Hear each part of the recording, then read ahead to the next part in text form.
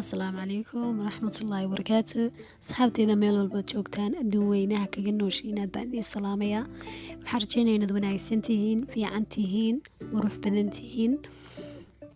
intaa kadib maanta sheekadaan idiin wadaa waxay dhacday sanadihii 2009 kale hadda dhowr iyo 10 sano ka soo wareegay.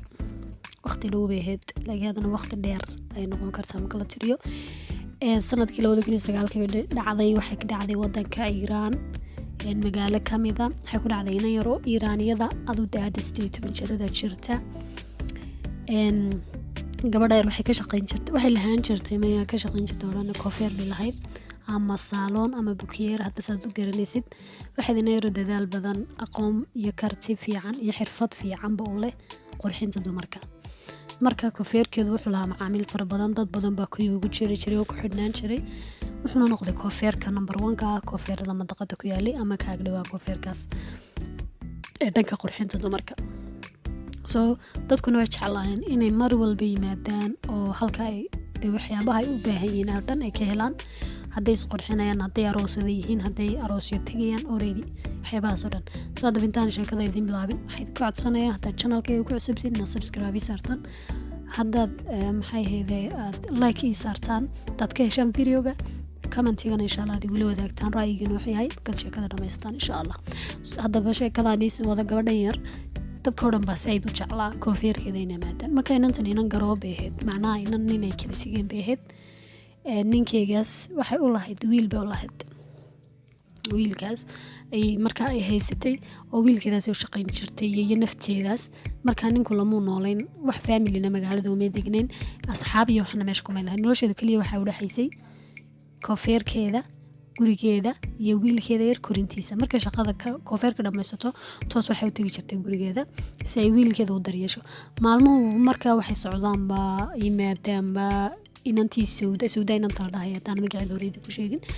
Sawda oo aan asxaab iyo family iyo cid u tagtay iyo cid ay booqatay iyo wax macaamiisheeda aan ahayn magaalada aan ku lahayn oo koofeerkaasuun macaamiisha ku xidhan ay is yaqaanaan oo waqtiba aan u haynin noloshii iyo booqashadii iyo warwareegii waxyaabahaas. ayaa maalmaha kamid ah Sawda waxay isbarteen gabadhaasi waxaa aad u da'deedaas 29 jirka meelahaas bay ahayd. Maryan baa lagu magacaabi jiray markaa gabadhaas. Maryan wuxuun bay markaa kamid ahayd iyaduna macaamiisheedii ama dadkii ku xidhnaa koofeerka ayuun bay kamid ahayd. balse sheekaysi iyo isdhexgal iyo isfahan iyo wada sheekaysi iyo wada joogitaan iyo in badan ay waqti wada qaateen unbaa isku soo dhaweeyay. tan asxaabiisa halkii ku noqdeen.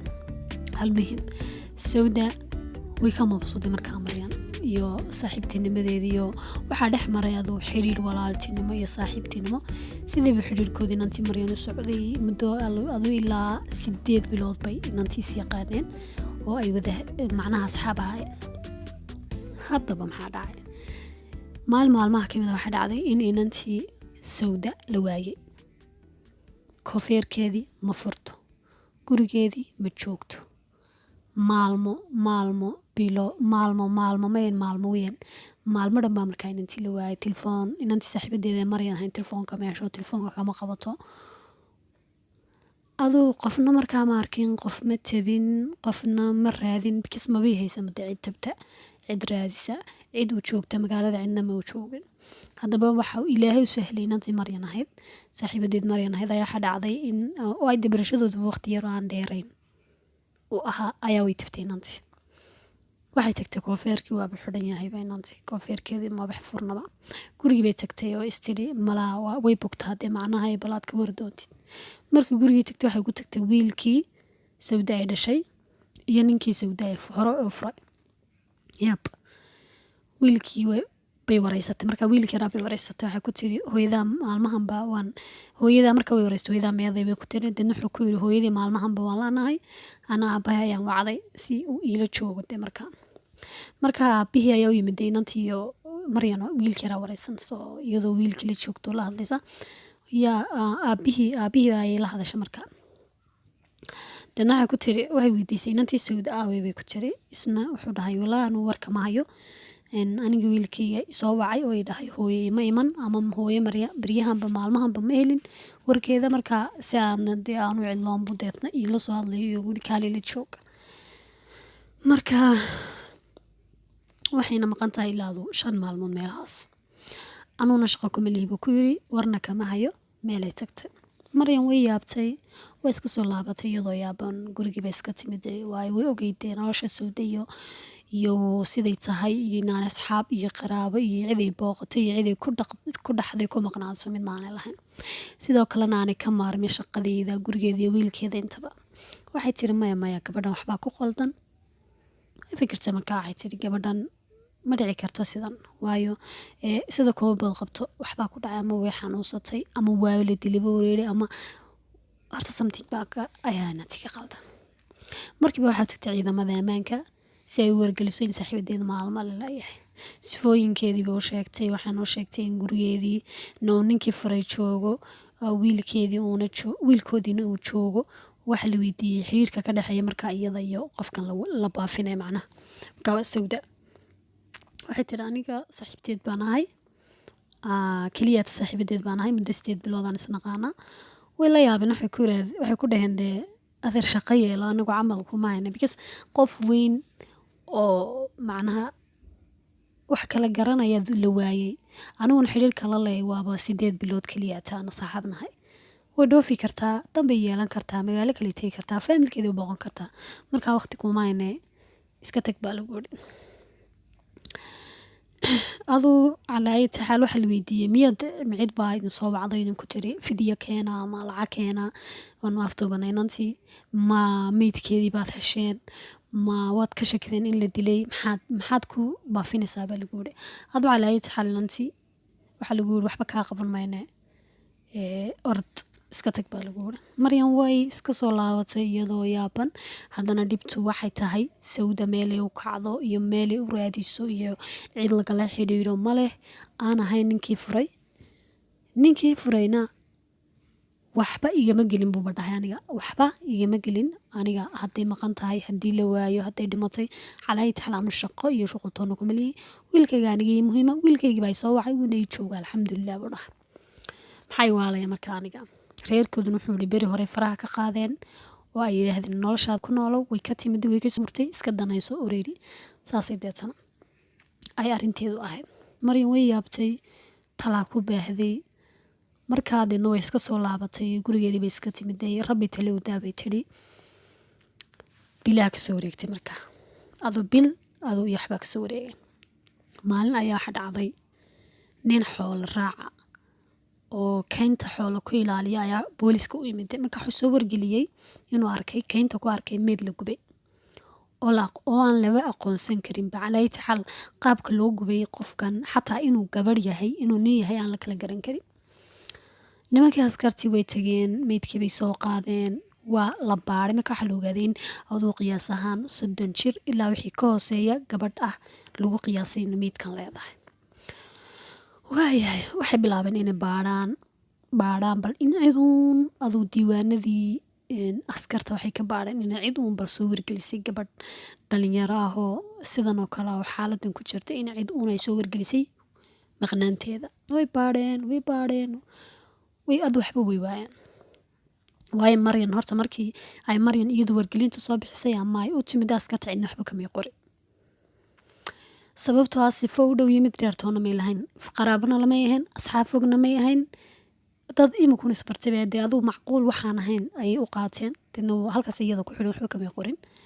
soo wax badan bay raadiyeen ugu dambeyntii meedka waxa loo diray baaritaan baa loo diray macnaha baaritaan dib sharci baa la dhahaa baaritaan baa loo diray baaritaan sharciyeysan dadna si maxay ahayd loo ogaado bal xaaladii u dhimatay iyo waxyaabaha ku dhacay iyo aduu baaritaan dheer kadib waxay soo celiyeen maxsuulkii ama waxay soo celiyeen resultigii bay soo celiyeen. waxay dhaheen dilkani waa dilka darajada 1 gabadha mindi baa la dhacay mindidii la dhacay kadib meedkeedii baa la gubay si loo qoriyo sifooyinkeeda ama si aan loo garan qofkan dil qorshaysan buu ahaa oo dhammaystiran.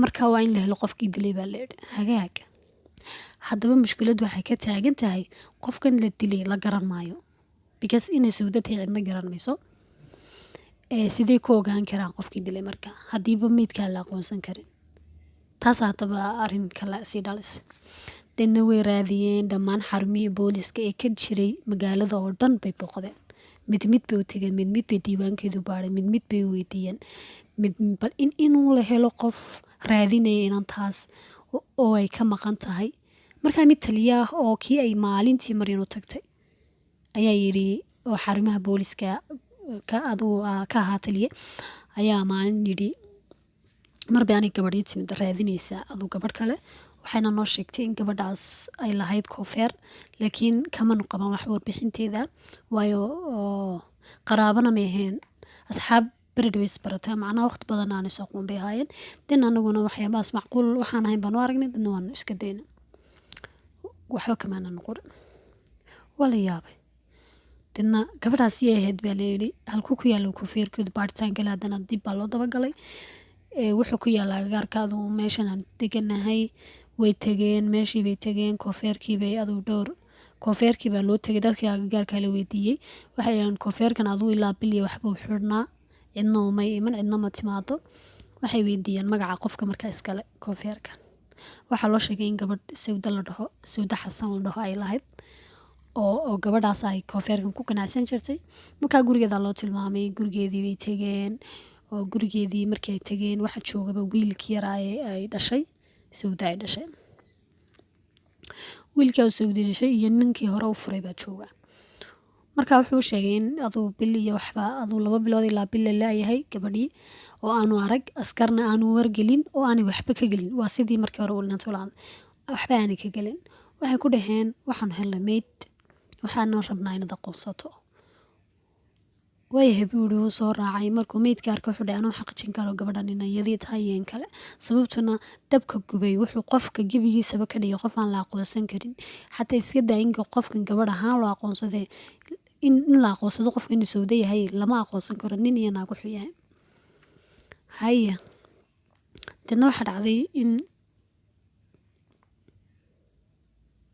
markaas ka waxa dhaheen maadaama aan aqoonsan karin wiilka yar soo yidhi meedhan lahaa waxaanu ka qaadanaa DNA-dan ka qaadanaa si aan u ogaano baaritaan marka lagu sameeyay wiilkan iyadu dhashay in kale tanadu baaritaankii baa lagu sameeyay waxa la ogaaday markaa in ilmahan yar gabadhani ay hooyadii tahay qofka meydkiina uu sawda yahay laakiin yaa dilay maxaa loo dilay yaa gubay yaa keenta geeyey cidna ma oga markaa markiiba qofkii ugu horeeyey ee la tuhmay wuxuu ahaa ninkeedii furay way qabteen way dileen way garaaceen sheeg waxba u qaran waaya ugu dambeyn way xidheen dadna waxay yidhahdeen ilaa amar dambe barsaad ku jiraysa haddana waxay raadiyeen inantii saaxiibadeeda ahayd macnaha tii soo wargelisay maalintii warbixinta laga helin maalintii inantii waa la raadiyey markii la waayay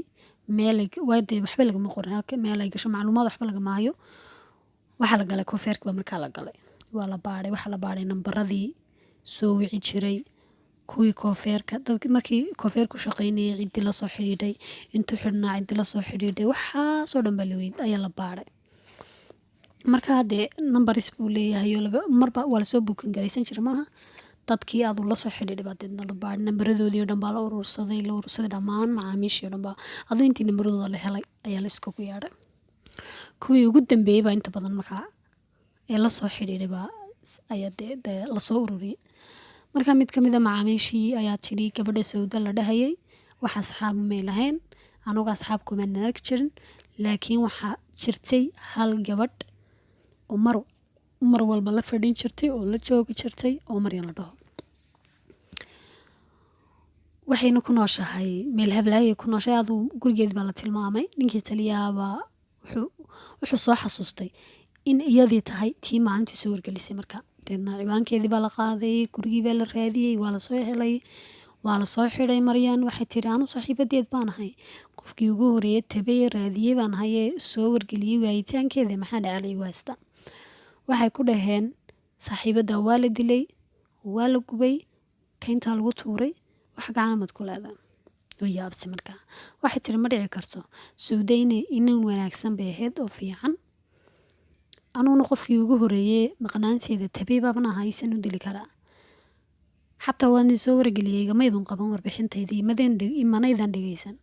Waxaa ku yiraahdeen haa waa runtaas laakiin marnaba haddaad adigu tahay saaxiibadeed kaliya ahayd bal waxaad nooga sheekaysaa waxay kaaga sheekayn jirtay ilaa maadaama aad isku sirahaydana asxaab ahaydana waxyaabo fara badan oo nolosheeda ku saabsan bay kaaga sheegtay.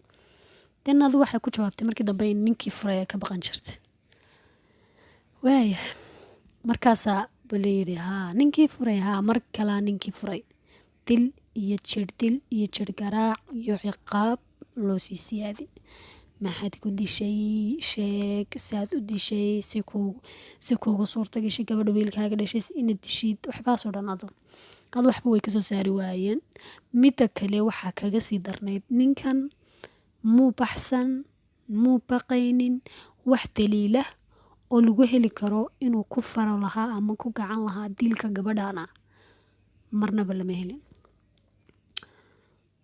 waa la iska daayay halkii jeelkii ku jiray. waxay haddana ku soo noqdeen Naadsi Maryan waxay ku dhaheen gurigaaga ayaan rabnaa inaan baadhno.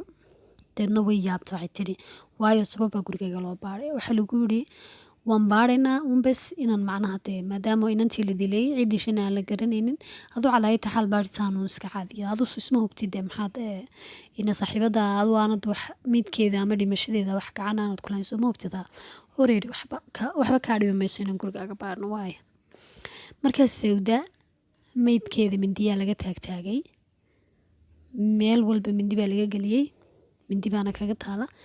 ninkii horee dilayna laguma hayo wax daliila. marka hadda waa markii Maryan la baadhi lahaa gurigeeda. Maryan baa markaa laga shakiyay. marka waxaa jira dilku meel buu ka dhacay. dilka meeshuu ka dhacay haddii la helo calaayata xal daliila aba yaraada waa la helayaa. markaasi aan qofna adoo shakigaas ugu saaxiibadeedii iyo gurigeediiba labadii guri waa la baadhaya baa la yidhi. marka waxay tageen nimanka markii ugu horreysay waxay bilaabeen gurigii Sawday ka bilaabeen maadaama ninkii macnaha hore u qabi jiray oo guriga ku noolaa intii ay gabdho ka maqnayd. marka way baadheen meel walba xataa even in qabsi yar xataa inuu guriga ka dhacay waxba way waayeen. gurigeedii oo dhan fitir iyo faatir baa loo qaadan dhanka kale la guriga waxba waa la waayay gurigii. markii laga soo tegay gurigii Zaynab waxaa la yimid gurigii Maryan oo ahaa qofkii labaad ee lagu tuhmayay musiibada dhacday. maxaa dhacay haddaba waxay heleen guriga Maryan meel kamida wada dhiig iyo wada qulubakadi ka dhacay. subxaanallah inkaar kugu dhacday Maryane weligiina kama filin taas inay ku lug leedahay dilka Sawda. way qabteen iyadii baa la dilay waa la jir dilay sheeg maxaad ku dishay sababta u dishay maxay ahayd xageed ku dishay. waxay tiri anigu ma samaynin shaqana kuma lihi qof baa dilay qofka dilayna waa saaxiibkii ama waa ninkii aan shukaansan jirnay. waa la yaabay magaciisii Muuse la dhahaa bay tiri. haddana Muuse la soo xidhay ninkii Muuse ahaa. sidaas leeg waa la dilay sheeg maxaad ku dishay. markiiba Muuse wuxuu yidhi anu shaqo kuma lihi qofkan inkaarta qabta ee Maryan leeyahay walaalkeed Ibraahim ayaa dilay. haddana walaalkeed baa la soo xidhay. walaalkeed baa jeelka lagu riday walaalkeed baa lagu riday isagana la dilay sheeg wuxuu yidhi anu ma dilin walaashay iyo ninka ay shukaansato oo Muuse la dhaho ayaa dembigan qortay geliyay. markaa kan baa caadi uga sheekeeyay sheekada wuxuu yidhi anigu keliyata waan xidhay Sawda buu yidhi markay gurigayga soo gashay laakiin Muuse ayaa mindida ka taagay kadibna aanu meydkii baan qaaday waana soo gubay kaintaana kusoo duray si aan loo ogaanay. Maryan baa la weydiiyey sababta markaa ku dishay haddaba saaxiibadeed. waxay tiri habeenkii ugu dambeysay aniga iyo Sawda aan wada joognay koofeerka ayaan waxaan arkay iyadoo qaadanaysa macaashkii ama lacagtii maalintaa soo gashay koofeerka oo ahayd 5 milyan oo lacagta Iiraaniyiinta ah waxayna u dhigmaysay $180. iimaanka lagaa qaad. Markan arkay bay tiri iyadoo aniga lacagta iyadoo soo saaraysa waxaan u maleeyay bay tiri lacag aad u fara badan. Deedna waan daalanahay bay ugu tiri markaasina aniga Sawda waan daalanahay ayay ugu tiri ana waxaan ku ورينا mari kafee soo cabno ama gurigeyga intaan sii marno aan wax ka sii cunno aan alaab ana ka sii qaato oo aan gurigaaga ku raacay ku tiri ayay ku tiri markaas Sawdi markay sidaa ugu gashay gurigaba warkuba uu ka sii horeeyo nimankana way la sii heshiisayo waxay u sheegtay in markii saaxiibadeed soo gasho guriga walaalkeed ama labadooda midkood inuu iyada qabto midna uu dilo qorshahana sheekadaas asaas lagu degay isla markii ay soo gashay gurigaba midna uu xiray midna uu tooriyay oo mindiyihii ka taagtaagay sidii baana dhacday oo isla markiiba sidii bay nanta ku dhimatay Sawda markay dileen way baadheen markaa waxayna ka heleen kaliyaata 5 milyan oo tumaan oo Iiraani ah lacag aan mudnayn naf in loo gooyo in qof loo dilo gabadha miskiinta ay wiilkeedii ay dhaafiyeen markii ay qarteen saddexdooduba ee ay dambigii uu ku cadaaday maxkamadda markaa la saaray Muuse waxa lagu xukumay daldalaad Ibrahim waxa lagu xukumay 15 bilood oo dhiganta sanad iyo 3 bilood meelahaas sababta oo ah isagu qayb yar buu kala ahaa dilka Maryan oo qorshaysay dilka oo galaafatay Sawda waxa lagu xukumay 14 sano sheekadina halkaas ugu dhamaatay sheekadani waxay ahayd sheeko cajiib ah waxyaabaha aanan ka filayna way ka soo baxeen ka saaxiibadeed gabadhii saaxiibadeed ahayd ay shirqoolka inta lagu geysatay yes lahade inna ismay lahayn